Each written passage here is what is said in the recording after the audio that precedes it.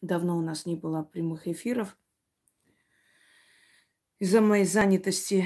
Ну вот сейчас будет один прямой эфир с голосовыми. Мы с вами уже не один эфир проводили вместе. И я включала голосовые людей. Для чего это нужно? Это нужно для того, чтобы, во-первых, дать надежду людям, чтобы они наконец-то пересилили свою лень и свои внутренние страхи и начали проводить ритуалы, начали прослушивать лекции, которые меняют им жизнь. Далее люди здесь делятся, какие работы помогли им, в какое время и каким образом. Поэтому я думаю, что очень будет полезно для других зрителей, может, для новичков понять, если у них похожая ситуация, какой ритуал можно провести в этой ситуации. И я решила все голосовые вместе соединить, и голосовые и сновидения, и о результатах работ, и прочее, прочее. Я думаю, что лучше вместе, наверное, так. Ну, как бы удобнее, потому что иначе придется постоянно делать прямые эфиры. Как видите, времени не хватает. Итак, давайте начнем. Если нужно, я прокомментирую, объясню и прочее.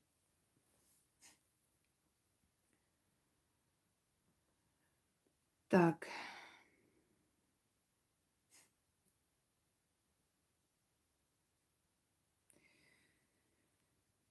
Это после аварии девочка попала с семьей в аварию, и больше всего пострадал этот ребенок. И боялись, что она не выживет. Вот родные обратились ко мне. И, собственно, я уже не первый раз вытаскиваю людей с того света. Хочу вам зачитать. Здравствуйте, уважаемая, любимая нами Инга. Я не хочу вас отвлекать. Хотела вас только по-быстренькому поблагодарить, сообщить, что со вчерашнего вечера у маленькой уже отключили те медикаменты, которые ее держали 3 дня во сне. Сейчас мы боремся потихоньку с тем, чтобы она полностью проснулась. Вы знаете, ей уже лучше. Хотели делать операцию еще одну, так как в животике накопилась жидкость от повреждения печени. Потом передумали, так как приостановилась и само должно уйти. Затем хотели вливать кровь. Но и это нормализовалось. Говорили перелом плеча, но это не подтвердилось. Стеклышки, которые она проглотила, осталось всего вроде как одно. Но и мы надеемся, что выйдет своим путем, как она станет ходить в туалет. Осталось только нам теперь полностью... осталось, да, нам теперь полностью проснуться, пережить перелом челюсти, чтобы зажили глазки, ушла жидкость. И будем как-то начинать жизнь по-новому. Вот. Да, конечно, без ничего никак невозможно было, чтобы обошлось. Это очень, очень непростой момент, да, авария, жуткая авария. Но то, что ребенок выжил, собственно говоря, и даже операции не потребовалось, сказали, что само потихоньку организм начал бороться. Вот почему ведьмы, например, начитывают, я вам объясняю. Лечить должны врачи. Мы не можем вливать в человека антибиотик, мы не можем отсечь, убрать ненужные, да, органы, то есть, ну, ненужные, имею в виду, пораженные. Но мы можем сделать так, чтобы силы помогли человеку бороться. Вот организм начинает бороться с такой яростью. Я один раз возвращала человека из комы. И вы знаете, ну, это я не буду рассказывать, это нелегко понять, но фантом вызывается человека, уговариваешь его вернуться. Я уговариваю людей вернуться обратно к жизни.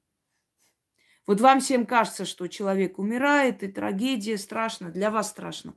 Они не хотят возвращаться. Я была на этом рубеже, я знаю, что это такое.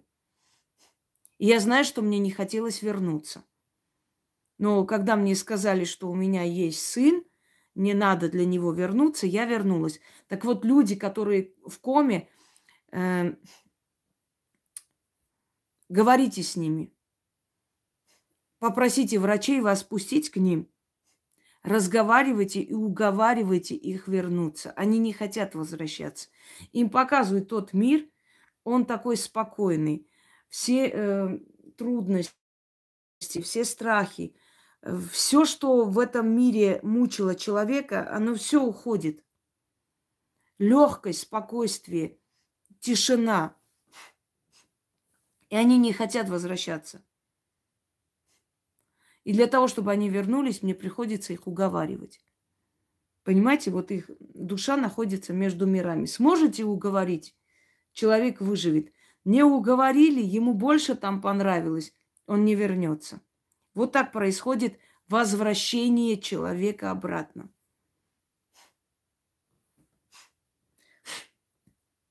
Шаманы, например, в ухо умирающему человеку начинают выть по-волчьи. На волчьем языке уговаривая человека вернуться назад. Итак, пойдемте далее.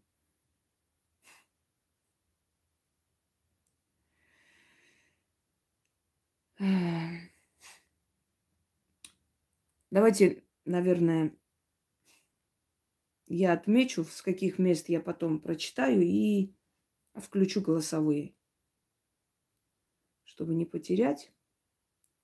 И, собственно говоря, включу голосовые сейчас.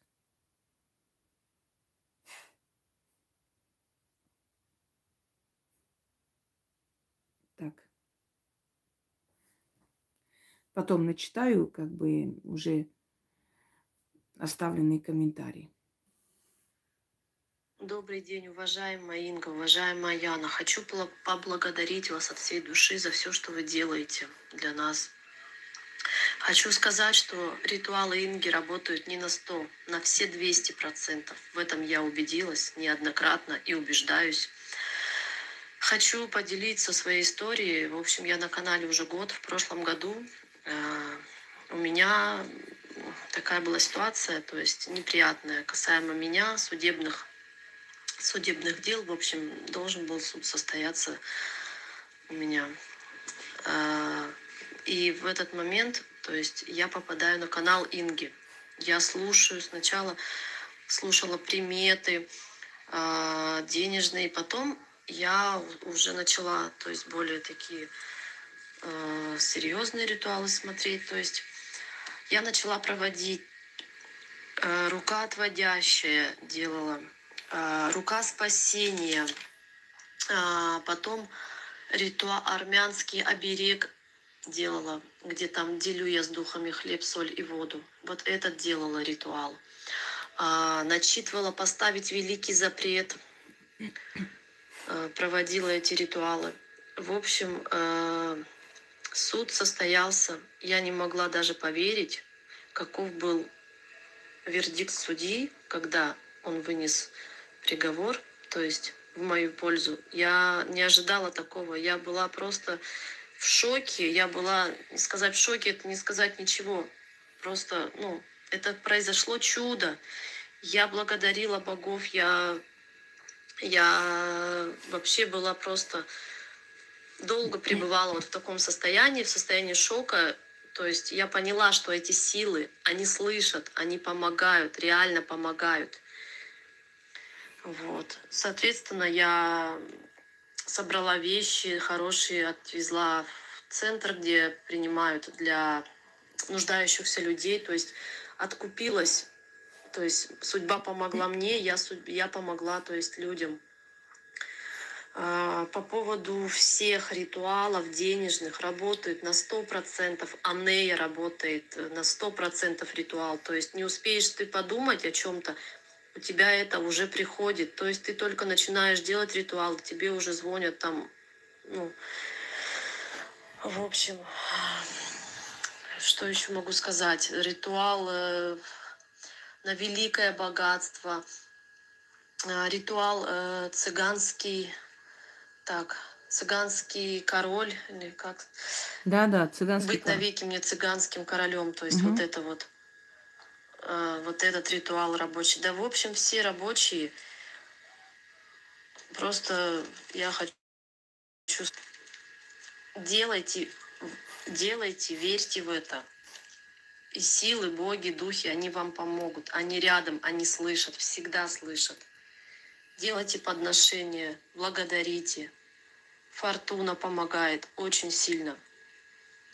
Даже когда при словами, когда уже такой трудный момент, подходишь, просишь Фортуна, помоги, через какое-то время приходят деньги. Инга, хочу еще раз поблагодарить. Это только самое малое, что я сказала.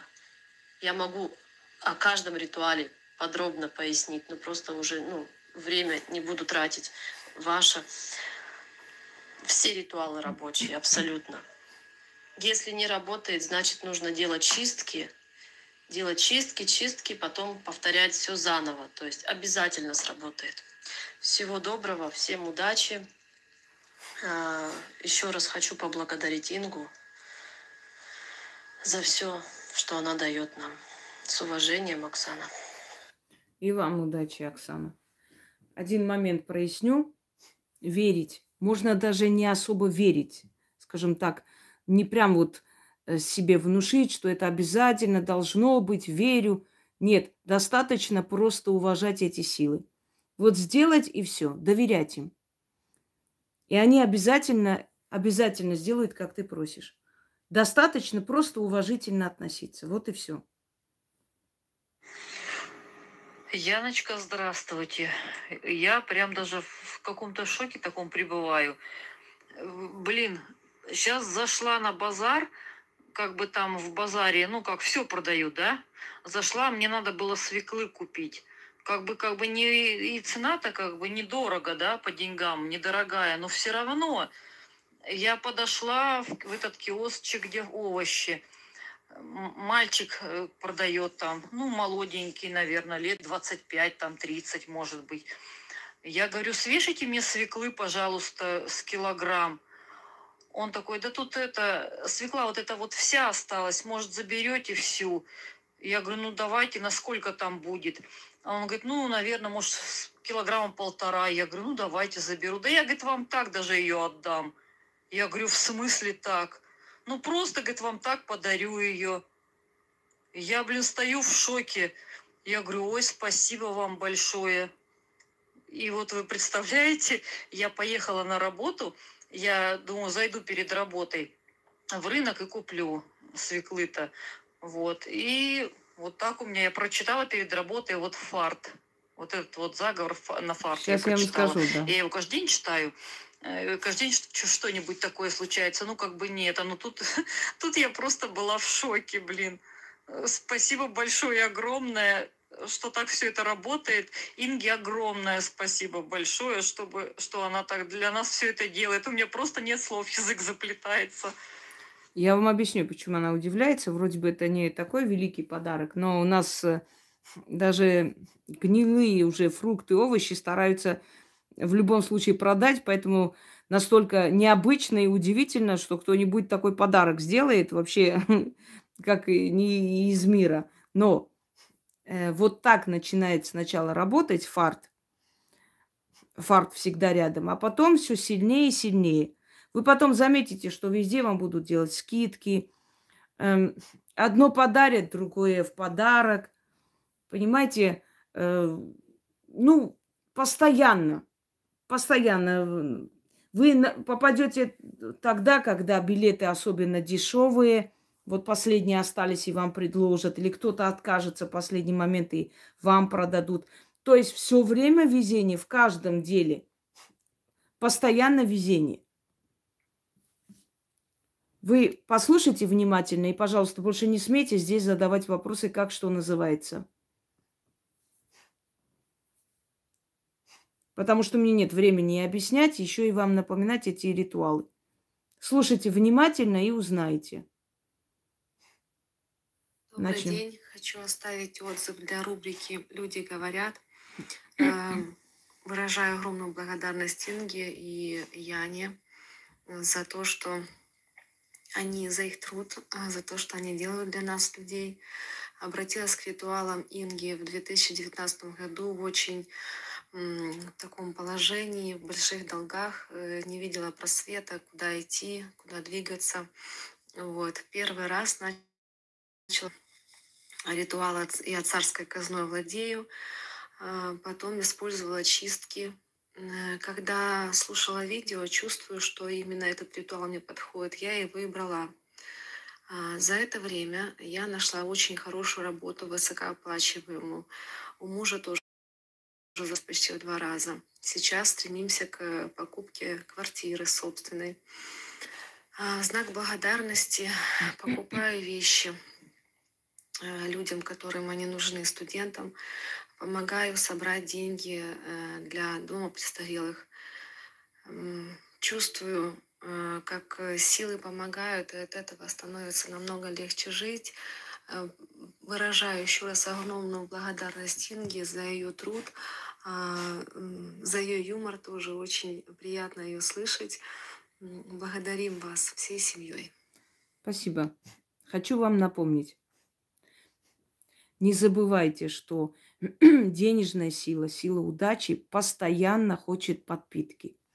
Не забывайте, люди просто бывает, что как бы они добились уже многого, и как-то это оставляет на самотек. Не забывайте.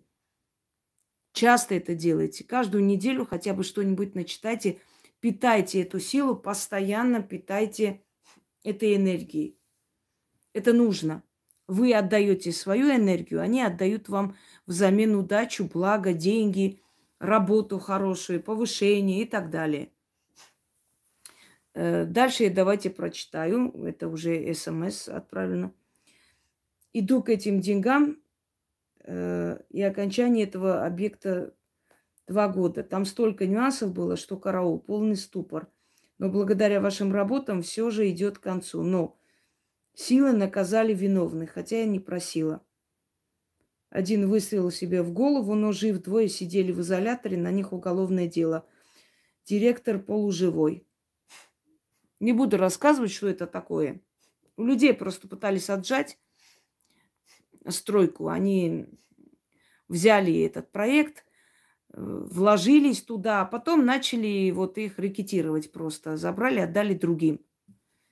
И когда начали судиться и прочее, прочее, в общем, человек делал работы, и все решилось в их пользу.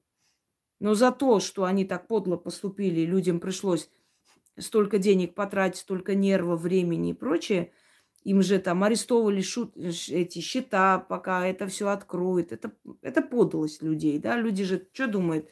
Вот я на гляже попру, вот я наглая, вот кто мне что сделает, я как хочу, так себя и поведу. Оказывается, что выше тоже есть суд, понимаете? И высшее начальство не одобряет такие подлые поступки. И в итоге вот случилось то, что случилось. Они свое получили. Так что не делайте подлости. Иначе ответ будет не самый приятный. Итак, дальше. Здравствуйте, уважаемая Инга, здравствуйте, Яночка, и все, кто будет слушать это аудио. Я хочу поделиться со своими ощущениями и эмоциями после личной консультации. Уважаемая Инга согласилась взять меня на консультацию. Когда начала смотреть меня и говорить, все то, что происходит у меня, это было нечто. Это было состояние неописуемое, не передать его. Дрожь по всему телу, холод, озноб. То трусило меня, то в жар кидал.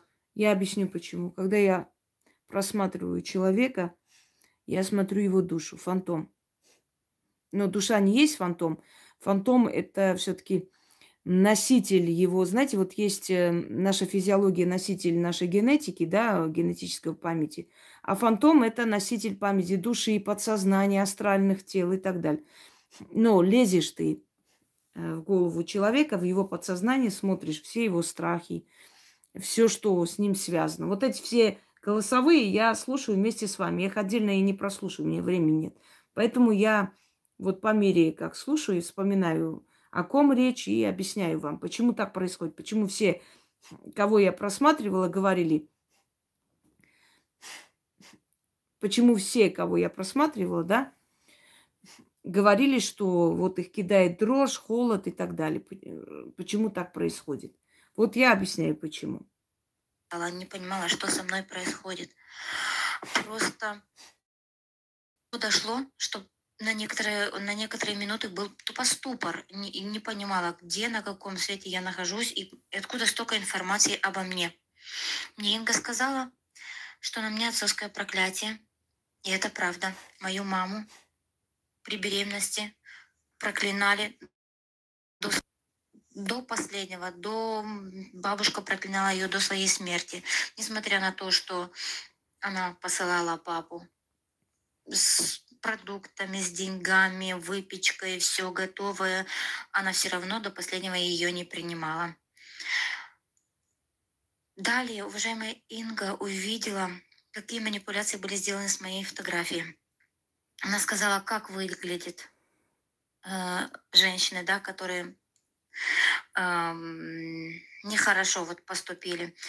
Она даже сказала то, что косвенно было замешаны родственники мужа. На такой точности объяснила, у кого были именно, как что сделали, что это тоже подвергло меня в шок. Даже описала фото, с которым работали, насылали негатив.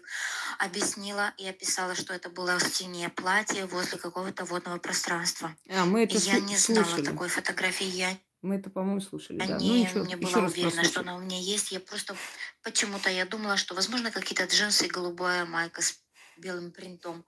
Вот эту фотографию я как бы помнила. Но там не было водного пространства. Каково было мое удивление, когда я пару дней спустя, копаясь в соцсетях, рассматривая фотографии, наткнулась на одно фото 4-летней давности. И там было синее платье в полосочку, и там был огромный мост, и под этим мостом огромная река, бурлящая река. Как можно было вот это вот описать? Я не понимаю, я не знаю. Это даже не мысли читаются, это просто, уважаемая Инга, говорит то, что было, то, что произошло. Все тайное рассказывает. Потому что это даже не телепатия. Если была бы телепатия, откуда бы могла узнать про фотографию? Я даже не думала об этой фотографии, я даже не знала о ее существовании. Но Инга мне сказала, и в течение 2-3 дней я ее нашла у себя в соцсетях. Уважаемая Инга, вы просто сила, ваше ясновидение, это нечто, это 8-е чудо света, это реальное чудо, ваша работа, это шедевры. Будьте хранимы богами. Спасибо вам огромное за то, что вы для нас делаете. Вы великолепны. Спасибо. Я хочу вам объяснить, что есть люди, у которых есть и ясновидение, и телепатия, они обладают этим, они вычитывают мысли. Это возможно. Но во время ясновидения телепатия отключается. Телепатия включается у меня, когда я хочу угадать мысли человека, который не пришел ко мне за консультацией, а что-то у меня спрашивает, что-то хочет узнать, что-то там, еще что-то пытается там спросить и так далее, да. Вот человек приходит, и я хочу понять, с какой мыслью он пришел, что он хочет. Вот тогда я могу вычитать его мысли. Но когда ты начинаешь ясновидеть, телепатия отключается. Оно будет мешать. Мысли человека тебе будут мешать видеть его прошлое, его настоящее, то, что скрыто, какие проблемы и так далее. Телепатия уже здесь не действует совершенно. Поэтому насчет телепатии, оно существует, конечно, есть. У человека, который видит судьбу человека, он видит еще и мысли человека. Но когда ты концентрируешься на мыслях, ты читаешь мысли. Если ты концентрируешься на проблеме, на прошлом и настоящем, ты должна видеть прошлое и настоящее. Вторая часть, вот, которая телепатическая, она отключается.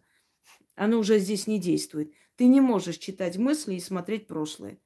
Нельзя одно с другим перемешивать. Это тебе будет мешать. Вот и все. Всех еще раз приветствую, просто не буду каждому отвечать, чтобы не отвлекаться. Итак, начнем дальше. Так. Добрый день, уважаемые Инга и Яночка. Хочу оставить свой рассказ-отзыв о том, как изменилась жизнь моей семьи за 3 или уже 4 года. Благодаря ритуалам нашей дорогой Инги. Семейная жизнь моя началась... Это долго. Ну, хорошо, быстро прочитаю. Ну, в общем, не покладая рук, работал муж и так далее, но не было никаких улучшений. Перечитала по психологии, саморазвитию, старалась настраивать свои мысли на позитив и прочее. Но дело случая, я на канале Инги делала, я и продолжаю делать многие ритуалы чистки, соляной столб. Постоянно делаю денежную молитву, скоропомощник, ритуалы к великой фортуне. Богатство. Далее познакомилась с такими ритуалами, как Дед Золотарь. Так, выжечь дорогу к деньгам, огонь исполняет желание, Дед Сидор и так далее. Перечисляет это ритуалы, которые было делано. Так. Даже 20-й год, казалось бы, год разрушения, страха, истерии, безработицы, всегда всех коснулась страшная ситуация. Хотя нет, не всех. Нас с вами не коснулось происходящее 2020 года. Мы, наоборот, приобрели в этот год много всего. Слышали о страшных ситуациях, условиях этого времени только из уст людей. Как же сильно я ощущаю защиту и помощь духов и богов. Они нас... Добрый вечер. Они нас как будто направляют. Теперь у нас с мужем есть все, чего мы хотели и к чему стремились. Если раньше до ритуалов мы думали, как же накопить, то сейчас наши мысли о том, куда вложить все то, что накоплено, чтобы развиваться. Ну, человек здесь перечисляет просто все, что провела, сделано и так далее. Будьте всегда здоровы, полны сил. Радует такое читать. Приятно. Уважаемые дочерние каналы, не пишем с дочерних каналов нигде, пожалуйста. И на моем форуме в том числе. Поехали. Здравствуйте, уважаемая Инга, Яна. Надеюсь записать это все с одного раза. Предсказания действительно сбываются. У нас даже получилось так, что вы сказали, что умрет как бы большое количество пожилых людей, будет большое количество детских смертей. И как бы причина будет именно связанная с сердцем, там сердечная недостаточность, болезни какие-то, то есть ударит по всему этому. В нашей семье так и произошло. У меня умер дедушка, буквально там 2 часа не дожил до нового 21 года. И причем у него никогда, у нас вообще как бы ни у кого в роду не было болезней сердца. В плане, чтобы кто-то ходил, лечился, что-то такое. Такого никогда не было. И вот он пошел в магазин за хлебом, там, видимо, был как инсульт, вроде сказали, что-то такое. И он упал, подскользнулся. Его доставили в травму, в итоге с переломом бедра. Для пожилых людей это вообще очень страшная травма. В итоге вот ему в канун Нового года стали делать операцию на бедро, насколько я поняла, и вот сердце не выдержало. И это вот, вот буквально за 2 часа до Нового года. Потом еще в августе, то есть 21 года у меня умер дядя, и тоже как бы причина сердечная недостаточность. Он чувствовал себя плохо, то есть было видно весь похудевший, проблемы с желудком, в общем, проблем было много, но причина смерти именно в этом. И как бы, вот дедушке моего было уже за 70, ближе к 80, дяде было за 50 лет. Вот, поэтому предсказания действительно сбываются. И вообще у нас как бы в семье очень много, когда если умирает один человек, то уходит, как вы говорили в одном из эфиров, что уходит как бы еще за ним 2.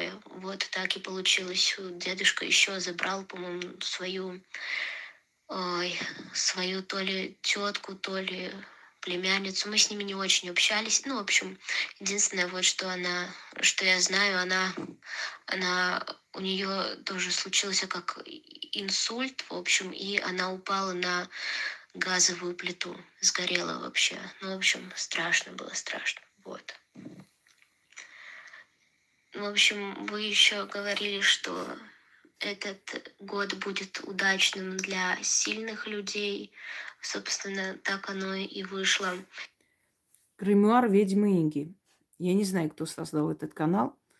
Откройте, посмотрите все правила для дочерних каналов. И не пишите оттуда сюда с дочернего канала. Пожалуйста, не злите меня, чтобы я занималась теми каналами, которые не соблюдают эти предписания. Не хотелось бы вредить потом этим каналам. Поэтому с одного раза прошу понимать, принимать и записать где-нибудь. Очень побед, действительно важных для меня побед, где буквально была Олимпиада, там 100 человек. Я занимала призовые места. Вот. Спасибо вам большое за ваш труд. И вам спасибо за честность. Теперь слушаем еще одну. Добрый день, уважаемая Инга. Добрый день, Яночка. Добрый день, все подписчики канала «Ведьмина изба». Хочу с вами поделиться впечатлениями о предсказании нашей уважаемой Инги на 21 год. Ну, может быть, я охвачу 20 год. Я живу в городе Краснодаре. Меня зовут Ашхен. Значит, 2020 года предсказание наша уважаемая Инга предсказывала, что на юге России будет процветать, ну как, время такое, напоминающее 90-е местами. И это будет начинаться с 2020 года. Начинаться и не только в 2020 году, то есть будет начинаться с 2020 года и так как бы продолжаться определенное какое-то время. Пожары. Был акцент пожары. Будут одни пожары, то есть поджоги. Да, народ горим, мы горим, это безусловно так. То есть с 2020 года летом где-то у нас был очень сильный пожар, то есть взорвалась заправка частная. Люди умерли, ушли, да, было ужасные кадры такие просто пугающие. Значит, на рынке торговые, и все вот торговое горит, понимаете, торговое у нас все. Тот, кто занимается торговлей, то есть кому-то мешают эти здания, там торговые точки на рынке были, значит, горели у нас. К утру все это случается, когда люди спят, когда люди в глубоком сне. Вот, значит, в этом году у нас сгорели тоже торговые здания. Это я говорю то, что помню, но много чего. Одни пожары просто. Шаурма горела, значит, ресторан ближе к курорту горел. Значит, станица одном, большие такие здания, ну не огромные такие, но торговые здания такие, новые постройки, все современное, почему-то они горят. Они до сих пор стоят, горелые стоят. Кому они мешали, Бог его знает. Вот, на Уральской улице торговой, двухэтажный, там уже побольше здания будет. Оно не старое, ничего, сгорело, такой пожар был просто. Кому мешало? Проводки, какие проводки? У нас тут хрущевские дома еще пятиэтажные стоят, там уже бедным ремонт требуется. Они стоят и как говорится, процветают, так и дальше. Ничего там не сгорает, ничего там не пригорает. Николаевских времен по Красной улице стоят здания, ничего там не горит, ничего там не пригорает. А тут новые здания кому-то помешали. Вот. И там что-то проводка сгорела, то это, то. Еще хочу вспомнить, что наша уважаемая Инга говорила в 2021 году, реки будут потопы, реки выйдут.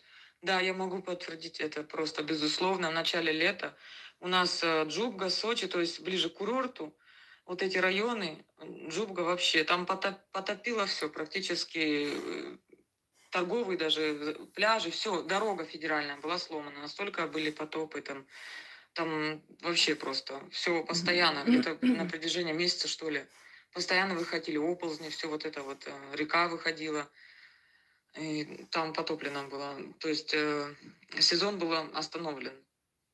Да, там было такое время. Вот. Хочу еще обратиться, раз уж такая возможность, обратиться к рыжеволосой дикарке в парике, которая тявкает и гавкает постоянно. По ритуалам особенно она любит, которые просто помогают, спасают просто. Патя, сделай ты предсказание. Мы ждем все. Если ты такая умная, сделай ты предсказание. Сделай предсказание. На следующий год, на 22 год. Мы ждем все. Давай. Ты же говоришь, что ты ведьма. Ты же разоблачаешь. Разоблачаешь. Сделай предсказание. Мы все ждем. Вот. Торговала бы дальше со своими свечками. Своими свечками дальше торговала бы и не лезла бы, куда не стоило тебе лезть. Всем спасибо. Нашей Инге, спасибо, что вы с нами. Низкий вам поклон. Мы вас очень любим и дорожим вами. Спасибо вам за все, за то, что вы с нами. Низкий вам поклон. Все ваши предсказания сбиваются. Я просто много чего забыла, пересматриваю, переживаю. Все прям особенно 20-й год. Просто все до мелочей сбылось. Спасибо вам. Низкий вам поклон. Ашхен, ты сейчас вот своим этим заявлением Патьку сейчас без ножа застрелила. Ты вообще понимаешь, что ты сделала сейчас с ней? Доброго. Сейчас я снова включу. Вам вечера, уважаемые Яна и Инга. Я хотелось бы поделиться впечатлением после ритуала «Зеркальная удача». Я вообще обожаю все ритуалы, связанные с зеркалом. Они очень необычные, они очень сильные. Я просто была на грани отчаяния, от меня отвернулась всякая удача, что бы я ни пыталась сделать, все не получалось, все проваливалось. И после проведения этого ритуала в течение 24 часов ко мне пришли и деньги, и удача, и то, что не получалось в делах, получилось. Я просто со слезами на глазах вас благодарю. Благодарю вас за ваш огромный труд. Спасибо вам, что вы дарите счастье людям. Спасибо. Всегда, пожалуйста, не надо плакать, спокойно воспринимайте это все. Вначале, да, необычно, потом привыкнете и будете уже знать, что в этом мире есть силы, которые вам обязательно помогут. Мои работы для простых, обычных людей. Ну, простых я имею в виду, не все люди простые. Есть среди них и сильные, и слабые люди, и талантливые, и просто исполнители. Но я все эти работы подарила людям для того, чтобы люди различных категорий могли выжить в этом мире. Потому что в нашем мире на самом деле непросто и нелегко выжить и добиться своего. А тем более, если ты немного поднимаешься, конечно же, начинается ненависть, злость, и все перекрывается обратно. Всегда, пожалуйста, берите, делайте, изучайте, смотрите. Обычно люди выбирают несколько самых любимых своих ритуалов и чаще всего их и делают. Поэтому я и подарила огромное количество на все случаи жизни и вот кому какое подойдет. Я вам говорю, иногда просто со славянской внешностью, с голубыми глазами, светлыми волосами женщины берут, начитывают вуду или монгольский ритуал. У них работает так, как будто они всю жизнь в Монголии жили. Понимаете? Вот совпадает с их энергетикой. Мы же не знаем, что, например, далекие-далекие предки, может быть, были оттуда. Или просто совпала энергия. Даже, может быть, никакой связи нет. Но совпадает, помогает. Поэтому делайте, берите, выбирайте из всех работ несколько. И вот. Так оно для этого и дано, Светлана, чтобы помогало. Вот вам и помогло. Итак, пойдемте далее. Здравствуйте, уважаемая Инга. Здравствуйте, Яночка. Здравствуйте, все жители Ведьминой избы. Хочу рассказать, как помогли ритуалы Инги нашим животным. У нас живут кот и кошка. Значит, было дело летом с котом нашим. Пропал он на сутки. Ну, просто раньше никогда такого не было. Начали мы его искать. Сутки искали, нет его. Тут соседка говорит, вчера слышала в балке визг котов. Ищите, говорит, там, скорее всего. Мы туда. Ищем, нет нашего кота. В общем, искали мы часа полтора. Все это время я обращалась к Инге. Так, с такой мольбой. Инга, помоги. Ахура Мазда, защити. Читала заговор, приди помощь из ниоткуда. Но я тогда вот только, и месяца не было, как я была на канале, я еще наизусть этот заговор не знала. Вот иду и прошу. И... Не обязательно знать наизусть. Не слушайте идиотов. Если вы когда-либо видели или присутствовали, да, у бабушек в своем детстве, которые очищали или что, у них есть огромные тетради. Ну, это были тетради, которые мы называем книги, более культурно мы записываем.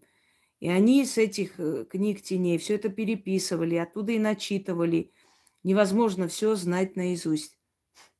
Тем более, когда ты отдаешь людям работу, извиняюсь, она от тебя выходит просто из твоего сознания, и все.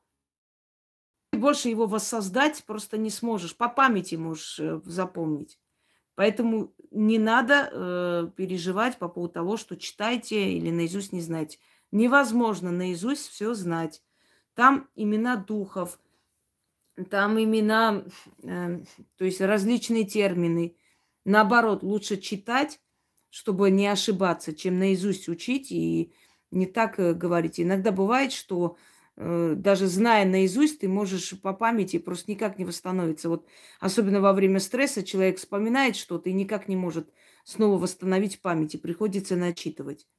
Так что все нормально. Никто не обязан и не должен наизусть читать. То есть говорить. Спокойно берете и читаете, и начитываете. Хорошо. Ну, не нашли кота, вернулись мы домой. Муж сел в беседке. Я зашла в дом. И включаю YouTube. Ну, все вы знаете, кто на канале. Наверное, большинство подписчиков. Беспроводные наушники, YouTube и лекции Инги.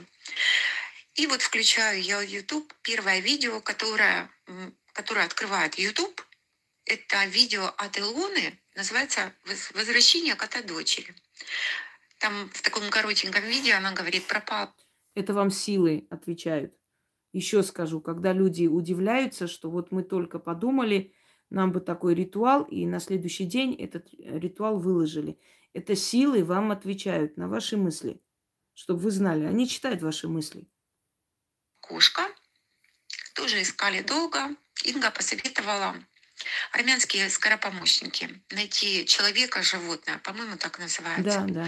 Я бегом переписывать это все вручную. Что-то вот не хотела распечатывать, не хотела с телефона. Вот у меня такая потребность именно переписать. Сижу, переписываю этот заговор. Переписала, прослушала Ингу слово-слово, чтобы все было правильно.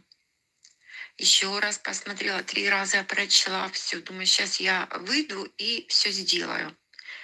И что вы думаете? Я выхожу из комнаты, а навстречу идет мой муж с нашим котом.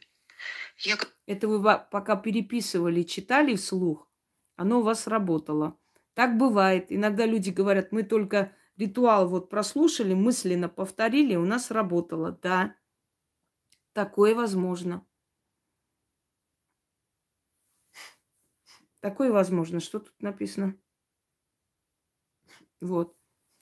Вы слушаете и повторяйте. Я не говорю, чтобы вы повторяли. Надо обязательно самим провести. Так эффект сильнее. Но бывает иногда так, что человек переписывает еще только. Или просмотрел, повторил эти слова и думает, так, надо мне переписать, мне тоже это надо. А оно уже получилось. Вот так, например, когда нужны срочно деньги, быстро деньги. Вот на эти заговоры на быстрые деньги. Бегут переписывать, садятся, пока переписывают с моих слов, у них на карту поступают деньги. Вот это тоже возможно. Говорю, где ты его взял? Говорит, ну вот сижу в беседке, он так из-за угла выходит, мяу. Вот так вот помог этот скоропомощник. И вот недавно была история с нашей кошечкой. Попала она под машину. Мы живем в частном секторе, в пригороде даже. Я выхожу на работу, сидит наша кошка окровавленная, челюсть, глаз подбит, ну все в кровоподтеках. Ой, Мы кошмар. бегом на машину с мужем в ветклинику. Но доктора говорят, пока сложно сказать, но челюсть смещена, глаз очень сильно подбит. Значит, весь день муж там просидел, манипуляционная, там ей кололи, все, говорят, ну пока ничего не можем сказать, завтра сделаем рентген. Ну, главное снять у нее этот болевой шок. На следующий день мы просто приехали, они посмотрели, антибиотик кололи. Но перед этим я слушала голосовые от людей, и одна девушка рассказывала, у нее что-то с собакой было, и вот она, сидя рядом с собакой, читала спасительную мольбу Сулишкан. Я всегда записываю голосовые людей, там вот именно какие ритуалы сработали, в каких случаях. У меня вот отдельный блокнот, помогают и вдохновляют эти голосовые. Вот. Я вспоминаю о том, что эта девушка рассказывала. В общем, сажусь с утра, я целый день, значит, читала к Богу Ацха и спасительную мольбу Сулишкан. Проходит 3 дня, приезжаем мы в ветклинику, и говорят, ну давайте уже основательно посмотрим. И этот доктор, который в первый день был, говорит, а вы что-то хирургическое делали? Мы говорим, нет. Говорит, странно, такой был удар, говорит, челюсть на место стала. И глаз, ну знаете, я не могу передать так словесно, что было с глазом. Ну, очень сильно был подбит в крови. Говорит, и глаз, вот прям, ну, говорит, ты молодец. В общем, наша кошечка выздоровела за неделю. Правда, она очень стала пугливая. Но еще, знаете, как, может быть, Инга, у нас летом приблудился кот. Мы не знаем, откуда он взялся. Вот, ну, решили оставить все-таки животное. Наши-то живут и в доме, и на улицу ходят, а он у нас такой. Мы решили его не кастрировать. Он гоняет чужих котов. С нашими котами был дружен. Ну, как бы немножко эта кошечка его обижала. Он только к ней нюхать, она его по мордашке. Но как бы Правильно. ведомым он не был. И вот тут, наверное, месяца 2 назад он стал гонять именно наших котов. Они у нас стерилизованные, ну, то есть особо за себя, наверное, постоять, как не боевые коты. А вот он начал их гонять. И вот мы думаем, что, видимо, он нашу кошечку вот так, видимо, со двора хотел прогнать, и она выбежала на дорогу и вот так попала под машину. И вот мы не знаем, что делать с ним. У докторов спросили. Доктора говорят, 50/50. Кастрация может не помочь, у него, скорее всего, вот такой характер. Он отвоевывает территорию не методом, как они метят, а вот уже вот так вот, я здесь главный. Мы-то его в дом не пускаем. Как бы он уже и дружить с нашими котами не хочет. И так получается, что наши коты, когда выходят на улицу, они во дворе у нас не гуляют, уходят куда-то там по соседям. А этот вот тут у нас становится главным. И что делать, мы не знаем. Мы же не можем его выбросить или, если бы отдать в хорошие руки, уже он где-то примерно ему год. Я дам ритуал потом для того, чтобы домашние животные вели себя хорошо. Я постараюсь в ближайшее время такой ритуал отдать. А вообще накажите. То есть постарайтесь показать, что так нельзя. Ругайте. Коты прекрасно все понимают. Не нужно там строго прям, но покажите, что то, что он делает, что это вам не нравится. Он же не видит этого наказания. Вот он дальше продолжает. Есть такое выражение, знаете, уличный пришел, домашнего выгнал. Это грузинское выражение. Бабушка моя говорила. Гареули мой да шинаури гагдо. Что означает уличный пришел, домашнего выгоняет. Так бывает и с друзьями. Друга пустишь у себя остаться жить, и он начинает там командовать, уже лазить по твоим вещам и чувствует себя хозяйкой. Понимаешь, ты уже как будто ты уже там живешь у нее, а не наоборот. Вот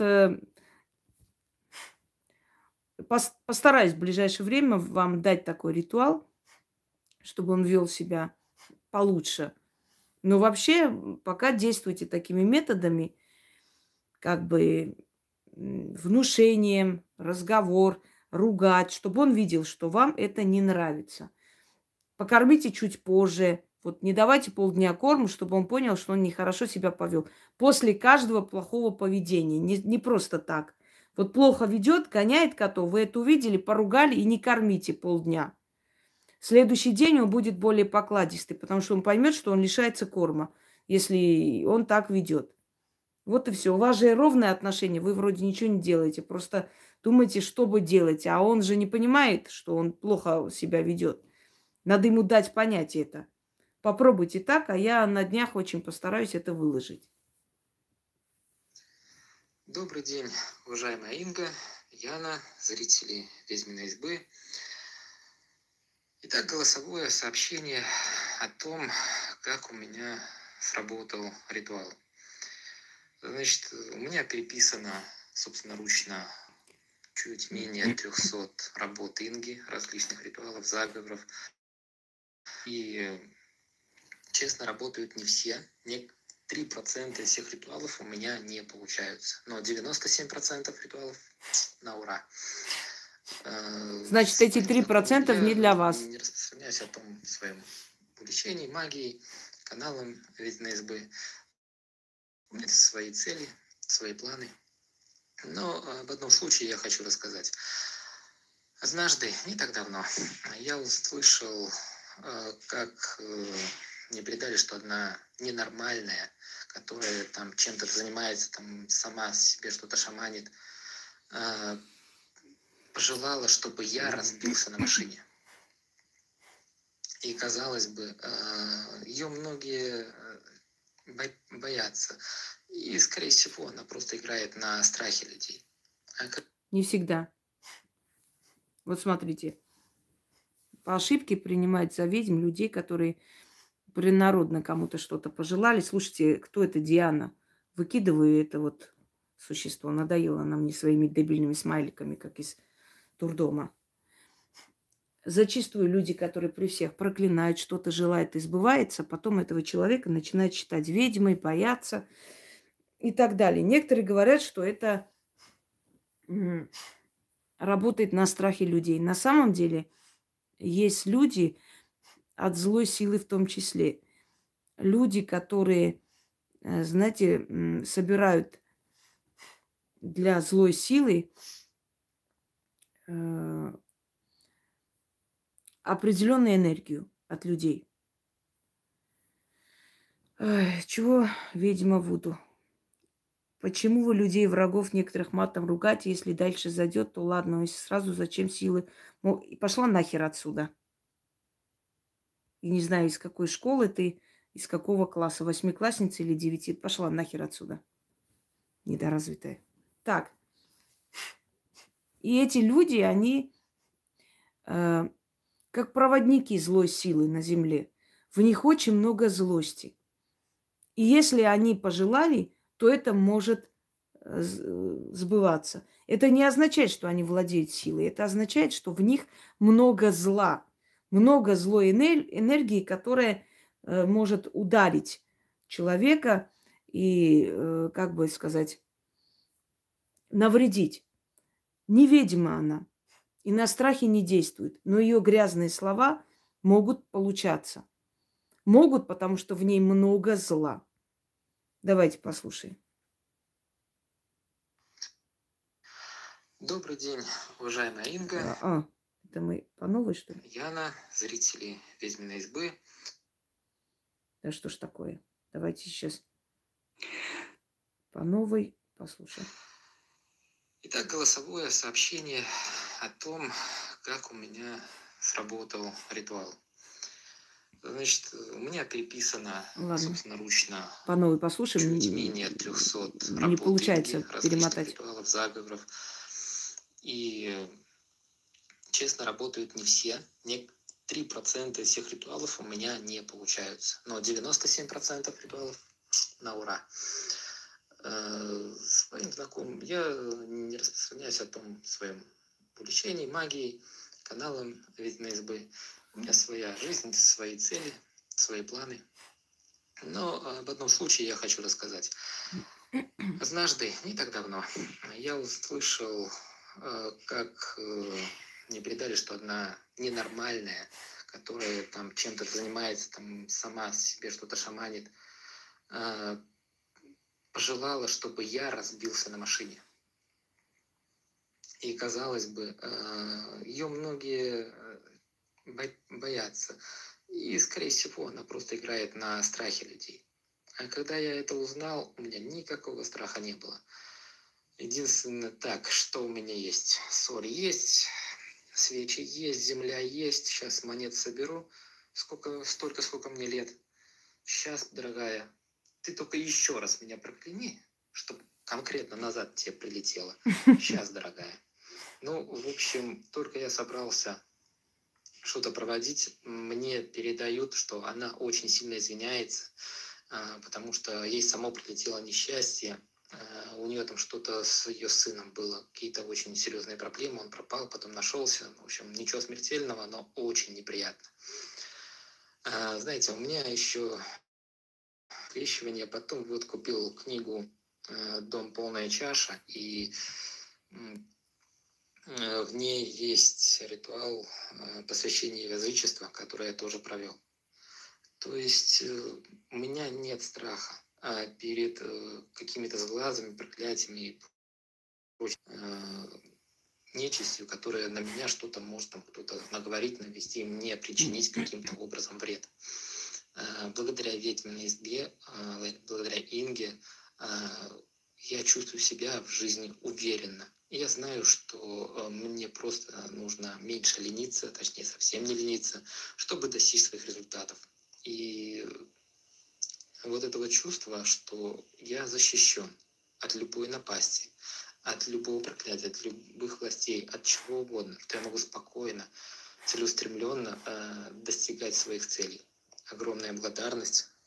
С уважением, Иван. До свидания. Иван, я вам объясню. Дело в том, что если вы до этого проводили какие-либо защиты себе ставили, начитывали, да, то любое вот такое пожелание, оно просто возвращается. Вот так работает защита. И если вы начитывали, если вы читали защиту, вот оно просто вернулось, вот и все. Да, вы правы, я именно для этого и дарю людям, чтобы люди чувствовали себя защищенными от властей, от бандитов, от всяких завистей и порчи, от всякой гадости, от разорения. Там же все перечисляется. От разорения, от утопления, от огня, от проклятия, от насыла, от посыла и так далее. Так что вот так вот. У каждого свое, но вы вот правильно озвучили мысль. Я все это дарю людям для того, чтобы люди были уверены в завтрашнем дне, не боялись жизни, не боялись мира, не боялись никого. Вы поймите, если даже вы простой человек, не обязательно, чтобы у вас там какая-то должность, миллионы были и так далее, но если вы под защитой тысячелетних духов, которым по миллиону лет иногда, если вы под защитой сил, которые руководят мирозданием, да, если вы под защитой сил, которые руководят мирозданием, вы ничего не будете бояться. Вы всегда знаете, что за вас заступятся. Вот я вам как объясняла, это все равно, как вот я знаю, что я приду, включу телевизор, вот начнется там фильм, и я знаю, что во столько он начнется. То же самое, вот вам нужно что-то, вы знаете, все, так, мне нужно вот это продать, я сейчас приду домой, начитаю и продам в течение там дня, 2-3. Меня выгоняют с работы, меня вытесняют. Так, я сейчас приду домой, сейчас я начитаю лютого начальника, и все закончится. То есть вот так, понимаете, когда вы вот просто уверены в себе, у вас на каждый случай есть что начитать, что сделать. Тогда не страшно жить. Кошка пропала, вот как сказал человек, все, я сейчас посмотрю, как надо вернуть, начитаю, посмотрю, кто как вернул, что начитал, и я это сделаю, и все пройдет. И так далее. То есть вот то же самое, когда ты просто владеешь, знаете, целым арсеналом оружия на все случаи жизни. Вот для этого. Понятное дело, что приходится много читать. В древние времена люди не столько начитывали, не столько делали, потому что они были ближе к мирозданию. Мы сейчас на 2000 лет отошли от мироздания, от богов. Нам сейчас приходится постоянно обращаться, просить, благодарить, возобновлять свою связь. Нам сейчас нужно чаще делать, чем людям много тысяч лет назад, потому что у нас мир стал грязнее, страшнее и опаснее. Вот почему. Ну, надо. По-другому никак. И согласитесь, мои работы доступны. Там нет ничего такого сложного, там нет каких-то невероятных вещей, там не нужно миллионы тратить. Люди, когда мне пишут, а что делать, а вот у меня нет этих колец, у меня нет шубы, что мне... Да в конце концов, начните с простых работ, ведь вам даны обычные ритуалы, заговоры, просто шепотки начните, денежные, на удачу. Сначала сделайте по чуть-чуть, потом у вас накопятся кольца и одежда, и все такое, потом с ними проведете. Сейчас вот, положа руку на сердце, скажите мне, те, которые хотя бы 2 года на моем канале, сколько у вас прибавилось всего? Я вот смотрю, мы иногда с Яной смотрим наши алтари подписчиков, и знаете, прям приятно, вот просто приятно смотреть. Я говорю, да, люди также вот просто раскладывают, им нравится. Согласитесь, что вам нравится уже раскладывать и смотреть, и понимать, что это мне за 2 года я накопила. Это за 2 года мне столько я купила себе, у меня столько есть. Друзья мои, я хочу вам прочитать еще и про... Ну вот, что касаемо... Сейчас, секунду. Украшения и прочее. Один момент, одну очень важную мудрость, которая вам пригодится, чтобы вы поняли, почему нужно покупать себе стоящие вещи, а не всякий хлам тоже. Почему нужно дорогие вещи покупать.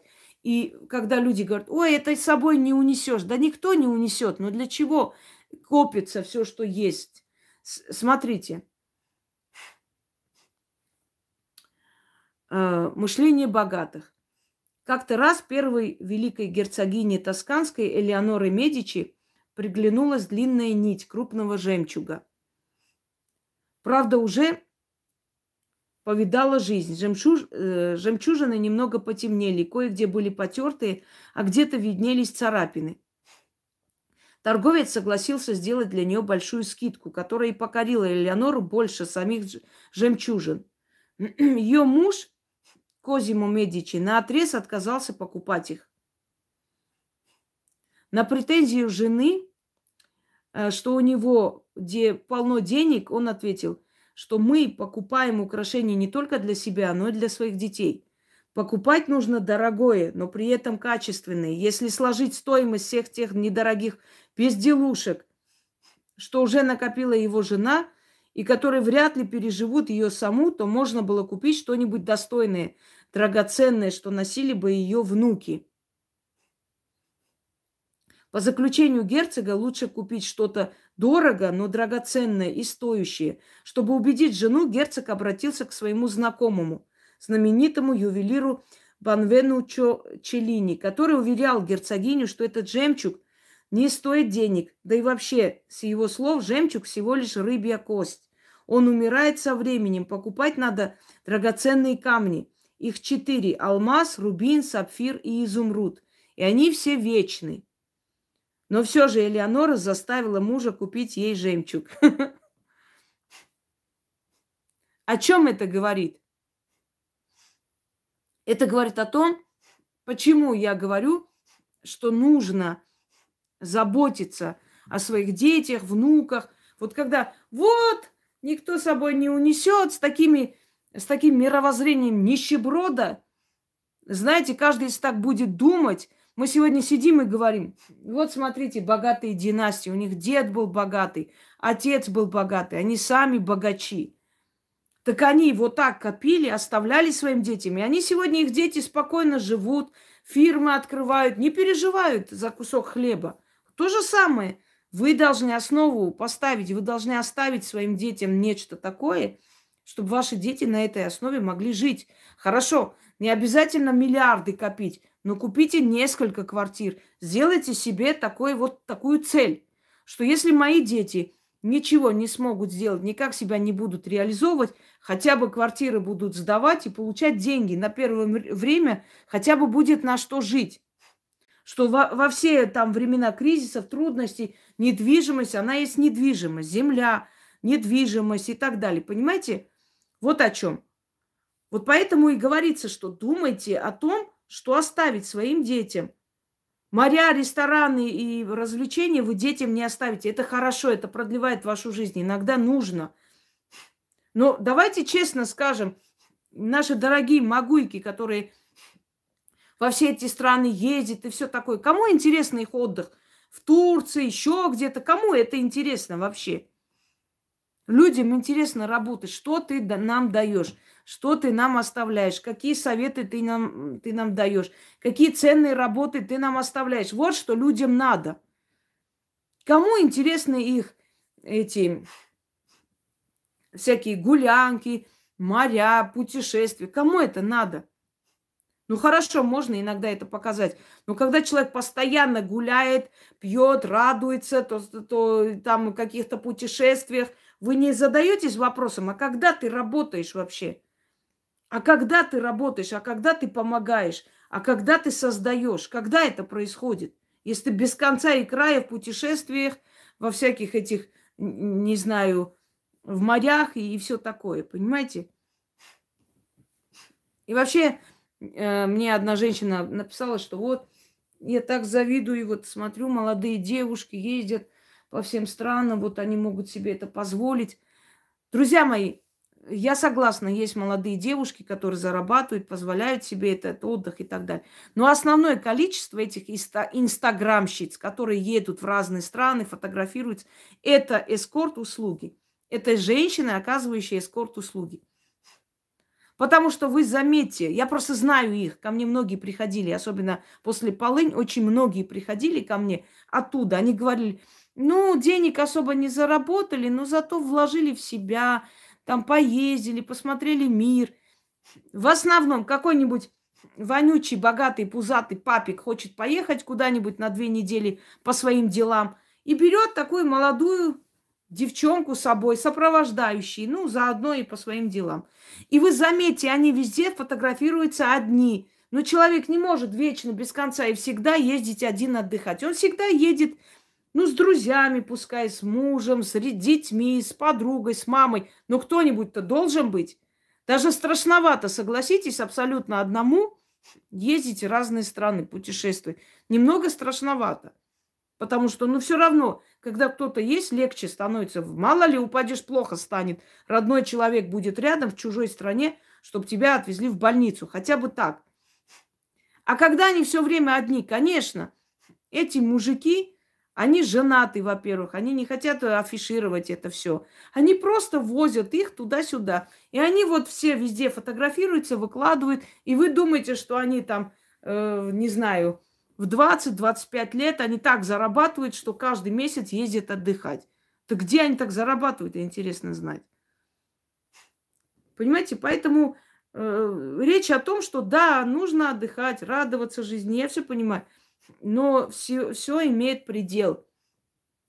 Делу время, потехи час. Время, то есть дело на первом месте.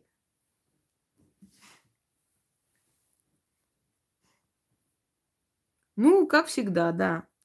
Еще послушаем несколько и ограничимся, потому что я сегодня небольшой эфир провожу. Я хочу еще некоторые работы снять, надо успеть.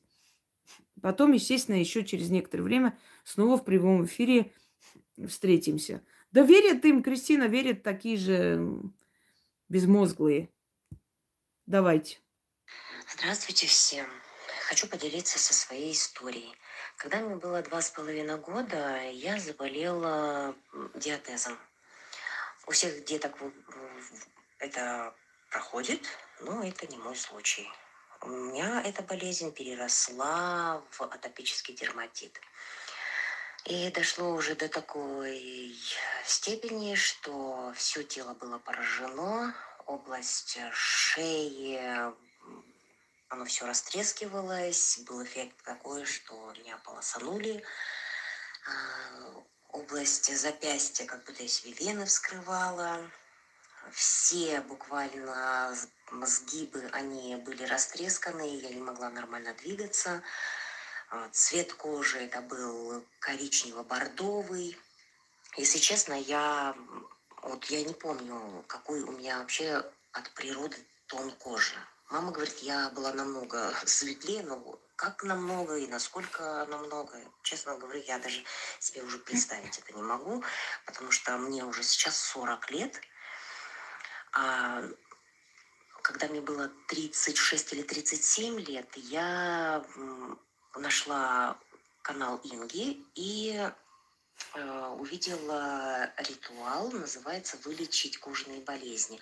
Но там, правда, лечится псориаз, но у меня атопический дерматит, где-то эти две болезни, они перекликаются, и я начала этот ритуал проводить. Он иногда помогает. Там он довольно-таки Да. легкий, просто тряпочкой нужно протирать эти пораженные места, но, правда, мне приходилось раздеваться полностью, потому что я была вся пораженная. У меня не пораженная, было только ладошки и ступни ног. Протирайте все пораженные места, зажигаете свечу, читаете заговор, на свече сжигаете эту тряпочку, пепел выносите и бросаете на землю. Все, вот и весь, собственно, ритуал. Он несложный, но довольно... Еще раз скажу, мне уже сейчас 40 лет. Ну, и у меня нет никаких ни болевых ощущений, ни чувства ужасной сухости кожи. Где-то есть, знаете, какие-то маленькие такие, знаете, ну, остаточные, скажем так, явления, да. Пигмент еще до конца не сошел. Ну, для меня, если честно, он уже сошел. Я уже считаю, что я уже полностью вылечилась. Возможно, я еще где-то проведу несколько раз этот ритуал, но я себя уже очень хорошо чувствую. И всем рекомендую этот ритуал, у кого такая же проблема, какая была у меня. А вам, Инга, огромное спасибо. И вам спасибо за честность. Теперь представьте, человек с детства этим страдала. Да, вылечить кожные заболевания иногда может помочь и от псориаза, и от других болезней. Попробуйте, сделайте. Может снять и другие болезни. А человеку хочу сказать, что проведите еще раз, еще несколько раз проведите на всякий случай. И он может обновить и улучшить это состояние. Можно еще исцеление вуду провести. Тоже улучшает состояние. Так. Здравствуйте, Инга. Здравствуйте, Яна. Здравствуйте все, кто сейчас меня слушает. Я хочу оставить свой отзыв «Смотрю сквозь стены». В прямом эфире Инга смотрела мою квартиру. Инга была у меня дома в гостях. Она очень точно описала цветовую гамму в моем доме. Она у меня коричневого цвета, двери, мебель и даже обои в квартире терракотового цвета. Он как бы ближе к коричневому. Было мне понятно, что Инга начала осмотр моей квартиры, начиная с коридора. А что меня особенно поразило, Инга сказала, что у меня в доме постоянно перегорают лампочки. Я даже рассмеялась от неожиданности. Но она так точно попала в эту проблему, озвучила. Вот. Ведь так и было, лампочки мы постоянно меняли. Очень точно Инга описала и мой район города, в котором я живу. Она как бы смотрела сверху на мою местность. Сказала, что рядом есть стадион. И это верно. Даже 2 стадиона. Так что вот такой вот был прямой эфир. Спасибо за честность. Здравствуйте, Инга. Здравствуйте, Яна и все те, кто меня сейчас слушает. Инга посмотрела мою личную жизнь в прямом эфире. Она делала гадания на цыганских картах. Характеристика моего душевного состояния на тот момент была ей описана очень даже точно. А самое главное, Инга озвучила ту проблему, которая для меня была актуальна именно в момент просмотра меня Ингой. не то, что там было и будет, а вот Инга сказала именно то, что я чувствовала в этот вот момент гадания.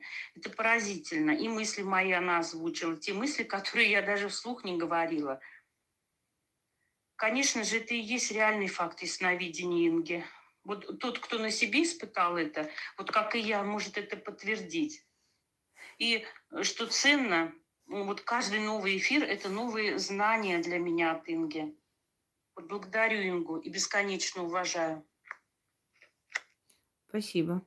Здравствуйте, Инга, здравствуйте, Яна, и все те слушатели, которые меня сейчас в данный момент слушают. Меня зовут Ирина.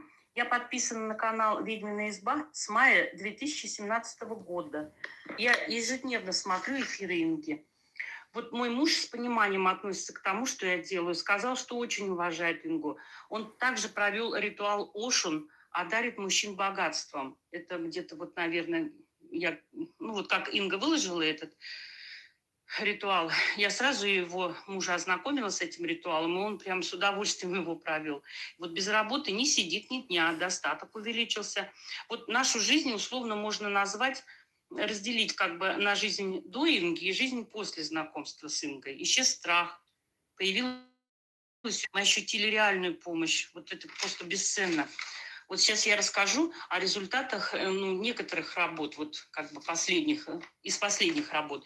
Я провожу вот все ритуалы, которые Инга дает нам, я вот провожу вот с мая 2017 года, я их постоянно делаю, но результат налицо. Вот у нас сработал результат, чтобы золото подарили. Буквально на следующий день после проведения этого ритуала я заказала у знакомого ювелира золотое кольцо с бриллиантом. По очень выгодной для меня цене. И теперь я обладаю этим сокровищем. И деньги на это нашлись не в ущерб семье. Вы знаете, как-то волшебным образом. Вот правда, волшебно. Вот отлично срабатывают ритуалы на привлечение клиентов. Вот шаман Маюмба, вот этот ритуал. Вот на следующий день идут звонки от клиентов. Вначале я подумала про совпадение. Работы же постоянно приходят. Но поняла, что этот факт работы у этого заговора. Именно вот после заговора на следующий день идут звонки. Я проверила несколько раз. Все так и есть. Колесо фортуны, драмабер, срочно деньги получить. Этот ритуал я провела как бы вместе, 2 ритуала. Все получилось. Где-то, наверное, недели 2 прошло. Пожалуйста, результат есть. Я радуюсь результату. А вот спасительный заговор в кризисное время читала с самого начала, как нам его Инга подарила в прошлом году. И икру красную ели ложками, как в заговоре сказано. Я прям потом оглянулась назад, думаю, надо же. И простоя в работе не было. Вот кризис нас с мужем как бы не коснулся. Мы не почувствовали каких-то трудностей. Даже наоборот, материальный достаток увеличился в это время. Яблоко страсти, это вообще ритуал. Он начал работать в момент его написания. Я переписывала текст с прямого эфира Инги. И результат тут же. Я подробности, конечно же, пропущу. У нас одна известная мадам уже свистнула, у нее есть яблоко-приворот. Слова немножко поменяла, конечно. Вот, пожалуйста, сидят тут, дежурят. Слушайте, этот Петрович, которого отсюда выкинула нахрен, теперь там пишет, мне уже 50 раз написал. Сейчас я послушаю этот голосовой, его пошлю на 3 буквы и продолжим. Но сила этой работы была настолько очевидна, я до сих пор в шоке. Вот. Ритуал, мне все сходит с рук. Сила леопарда. Эти ритуалы мне очень помогают в настоящей реальности ходить по делам, по городу вот свободно и безбоязненно. Даже в торговый центр прошла мимо охраны. Спокойно, никто не остановил. Для роскошных волос ритуал сработал. Волосы стали заметно гуще и здоровее. Скинуть болезни на лягушку летом я делала. Отдать беду лягушке. Вот вместе эти ритуалы сделала одновременно. Не болею с лета. Надеюсь, и зимой не заболею. Хозяйка Медной горы одарит богатством. Я купила статуэтку хозяйки Медной горы. Она у меня любимица. После этого ритуала значительно увеличилась моя коллекция камней. Вот главное не лениться их делать. Вот. Я провожу вот все ритуалы, еще раз повторюсь, и все они срабатывают у меня. Вот описывать просто много времени займет, но результаты есть. Рассказала я вот только о нескольких. Но работают все ритуалы. Инга, спасибо вам огромное. И я неблагодарность за то, что она пишет нам тексты. Да, спасибо и ей, и вам за честность. Вам подскажу, это ж сумасшедший дом. Слушай, Петрович, иди уже. Сейчас извиняюсь, я сейчас этого товарища отсюда выкину нахрен и все. Бывают же больные на всю голову товарищи. Калидовать на удачу. Вот скоро это начнется. Найдите. Калидовать на удачу. Я вам дарила этот ритуал. Я не буду по новой каждый год выкладывать. Но вы можете найти. На дочерних каналах можете найти. В принципе. Друзья мои, сегодня калидовать на удачу. Сегодня ненадолго прямой эфир, в принципе, 1:20 достаточно, потому что мне еще нужно снимать. Я как раз вот с этим алтарем и сниму. Ритуал денежный давно не был у нас, надо обновить. И потом как-нибудь опять на днях найду время, выйду в эфир. Всем удачи, всех благ. И всем спасибо за внимание.